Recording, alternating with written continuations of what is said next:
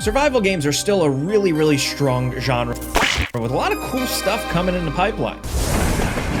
There's the typical stuff we know coming, the stuff you'd expect, like Ark 2, Subnautica 2, but we wanted to talk about a couple of more unique ones that caught our eye, some ones that are slated for 2026 and beyond that we've been looking forward to. Just when you thought there couldn't be any new twists or spins on the survival game genre, you'd be surprised with these games. We got 10, so let's get started off with number 10. Check out OutBound. This might not be for every type of player, especially a PC gamer who wants, darkness and murder and brute force survival, but this game does look like it's offering something pretty unique. The concept of having a vehicle and then building your base on top of it, but then you can easily pack it all up and drive around, that's just a cool idea. We've seen more games with survival elements centered around a vehicle, like, Pacific Drive, then also that other one, I forgot what it's called, but you build those big sand crawler mechs, but OutBound is more of a charming, quirkier take, and I love it being centered around kind of the van life, something that people do in real life. Not only that, though,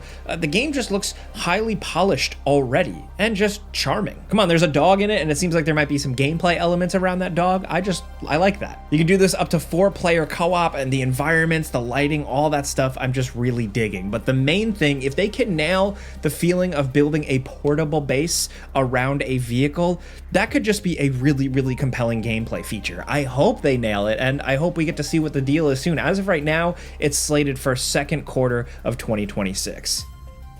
Next at number 9, we have Blackfrost, The Long Dark 2. This is the sequel to one of the all-time best survival games, if you ask us, and this sequel looks awesome.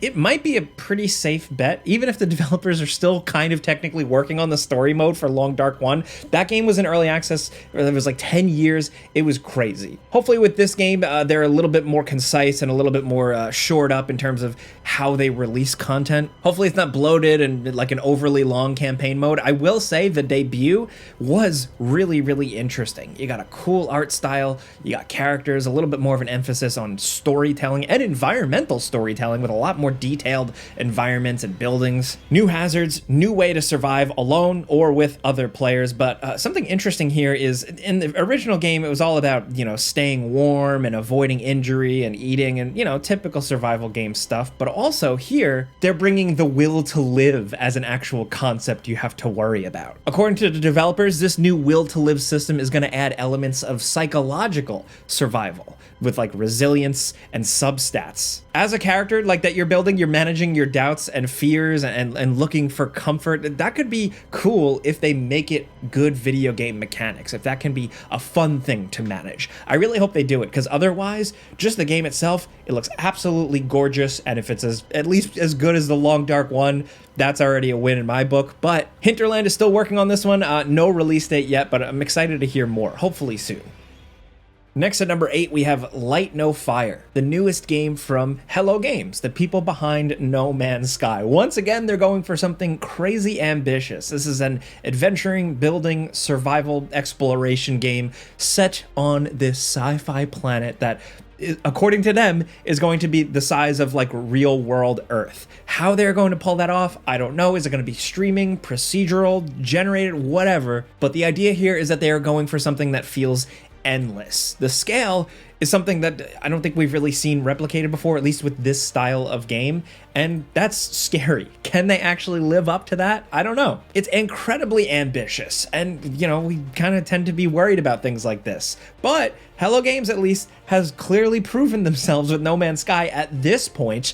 They've supported the game for so long and took what essentially released as a half-baked, busted thing that pissed everybody off. It was clearly unfinished, unrealized potential. They really carried it to the stratosphere and made it this big-ass, huge, open space exploration game where it feels like you could do anything. So if they could do that again with Light No Fire, I'd love to see it. Hopefully this time around, though, they don't just sell us something that's unfinished and then finish it later on. Still here, the vibe, the exploration, the characters, just the very little we've seen from the reveal trailer, I'm into it. It's got a bit of a different flavor to it, and if it can be fun, I'm on board. Maybe we'll hear more soon, maybe it'll be a while, I don't know, honestly. It could be anything. Next at number 7, we have Terminator Survivors. Honestly, there's not a lot to go on with this one. All we still really have is the flashy cinematic announcement trailer. The game very much could be, and kind of looks like from this trailer, a pretty standard survival game, but the big thing is that it's, of course, set in the world of Terminator, so it is a perfect setting for a tense survival game. Think about it, a world where humanity is forced to live in the shadows, hiding under the rubble, living in fear of the machines that have destroyed the world. Okay, I'll admit, it's been a long time since Terminator was like the pioneer of this sci-fi concept. We've seen this in a lot of video games, but I think there's plenty of opportunity here because occasionally we get good Terminator games, and with the developer publisher here, Nacon. Nacon has done a lot of things in the past, online, offline style games. They've done a lot of European like cricket and sports style games, Greedfall 2, but then also more creative things like Hell Is Us, which came out this year that I really enjoyed, as well as RoboCop Rogue City, meaning that they can kind of understand and work well with existing IP. If this game, like even if it's an okay survival game, but if it can really feel like a good Terminator game, there's a lot of potential there, at least for me personally, as a Terminator fan. As of right now, no release date, and believe it or not, the Steam page still says 2025, and at the time of recording this video, it's December of 2025, so I don't know what's going on with this one. Next at number 6, Solarpunk. This is a floating islands kind of style survival game with the twist that it's more about automation and generating power. So you can build solar panels and wind turbines and stuff and hook them up to your stuff to power them. It's really going off of the name, Solarpunk. It looks satisfying. And to be honest, exploring floating islands is never not at least visually interesting. This is another one that kind of reminds me of OutBound we talked about with number 10, where it's a little bit lighter, you know, it's a little cutesier, it's got a good color palette, but I really like the art style here, and steering your own airships around to explore could be a really good concept. And every once in a while, I do want a game where I'm not killing stuff. If I'm exploring, I'm growing food. So if it's got like kind of a farming simulator combined with like an energy power generating simulator, it could be an addictive loop and a good concept. As of right now, we know it's slated for sometime in 2026. The developers haven't made a ton, but they did make a pretty interesting kind of puzzle game in 2021 called Hourglass. So I'm hoping they can really run with this concept. At the very least, it does have a demo available if you want to check out some of it now. Next at number 5, a game called Everwind. This definitely at first glance is like a Minecraft-like game from the art style, some of the vibes, but it's one that actually looks really interesting. Now, look, I'll admit it's another floating islands type game like the one we talked about before, but this here still shows a lot of potential. And this isn't like the smallest project in the world. It's being published by a significant publisher. It's Bohemia Interactive, the people behind Arma. It's something definitely different for them, but there is at least some expectation of quality here. The first person perspective is cool. The building looks awesome. The weapons look cool. I kind of like the dungeon crawling aspect of it. Looking at the combat and stuff, it looks like a more badass version of original Minecraft. Like it's almost got like Skyrim style combat to it. Building the flying islands and then controlling them and bringing them around and questing, I think is a really clever and cool concept. We'll have to see how it shakes out though. No official release date or anything like that yet, but it is apparently coming soon to early access according to the developers. It definitely seems like a game that might spend quite a lot of time in early access, but if you want to get in on it and see what's up, you might be able to sooner rather than later.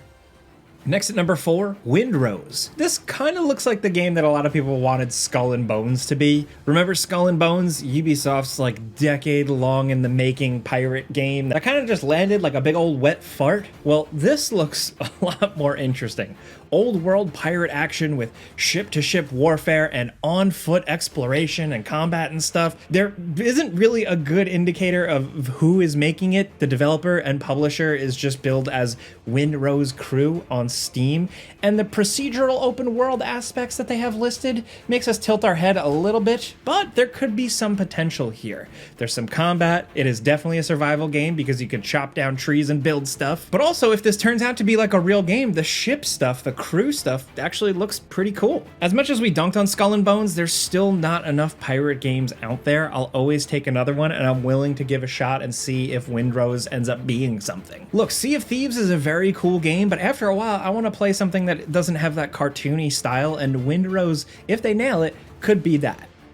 Now down at number 3, here's a weird one. It's called Honeycomb, The World Beyond. It's more of a planetary exploration science style survival game. Like any good survival game, it looks like you're going to be grinding for resources with the flora and fauna, of course, but it comes with a whole layer of science. You're trying to figure out what is up with this faraway planet and learn how to survive in it. And it definitely looks more story-driven in a lot of ways than your average survival game, but there is this whole bioengineering gimmick that looks pretty fresh. It's like you can kind of crossbreed plants and animals to make hybrids in order to survive and grow and learn more about this planet. It's kind of crazy. Like, who are you to land on a distant alien planet and then just kind of conduct experiments and invent new species? Why not? Sounds like it could be kind of fun. The developer and publisher have been behind some interesting things, including Ark and House Flipper Simulator, so definitely a good gamut of different styles of gameplay concepts. As of right now, Honeycomb, The World Beyond is slated for Q1 2026.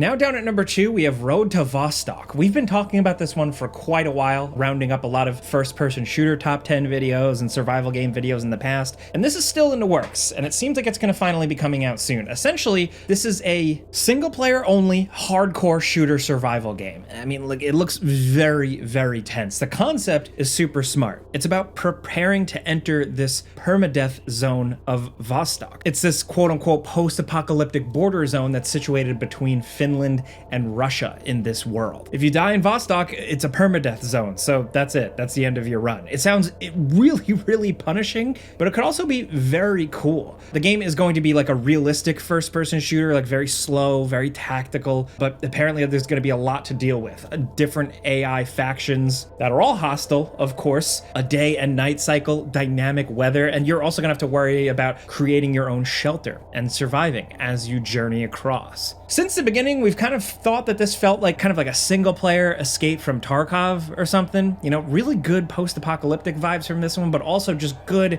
scary, slow, tactical gameplay. It's just you, your loot, and a cool gun in the middle of the woods. This one, like I said, has been in the works for quite some time, but it is slated to come to early access soon at some point.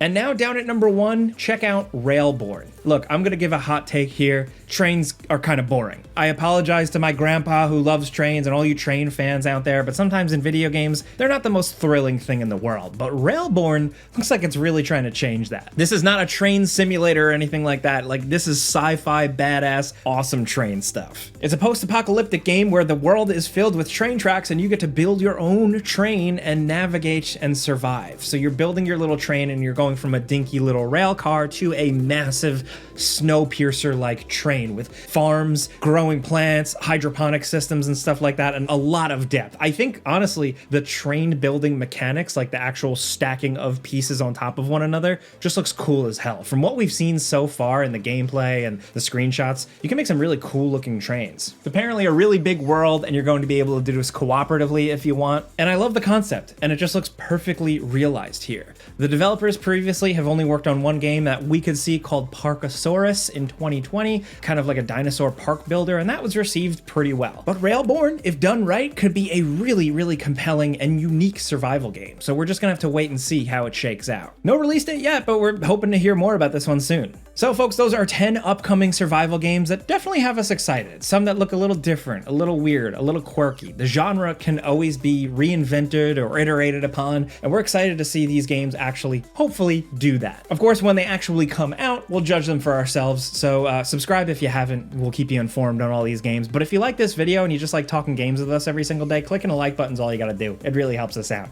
And if you're new, consider subscribing, because of course, we put out videos every single day. But as always, thanks for watching, and we'll see you guys next time.